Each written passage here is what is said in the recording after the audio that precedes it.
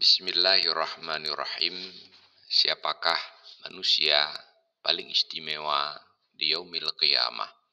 Disebutkan dalam kitab Ghayatul Muna fi syarhi Safinatin Najah annal muqsiyara min qawli la ilaha illallah yakunu mumayyizan yaumal qiyamah, bahwa orang yang banyak membaca la ilaha illallah akan menjadi orang istimewa di yaumil qiyamah.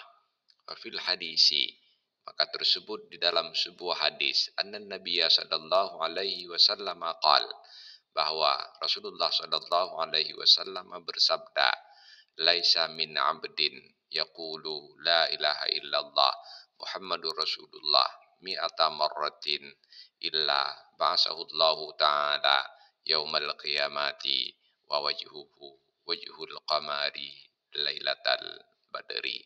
Tidak seorang pun hamba yang membaca la ilaha illallah Muhammadur Rasulullah 100 kali kecuali Allah membangkitkannya di hari kiamat dalam keadaan berwajah cerah dan indah bagaikan bulan purnama.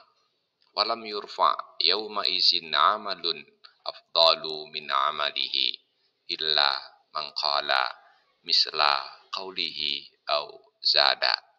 Dan tidak diangkat pada hari itu amalan yang lebih afdal daripada amalannya kecuali orang yang membaca sejumlah bacaannya atau membaca la ilaha illallah lebih banyak dari bacaannya.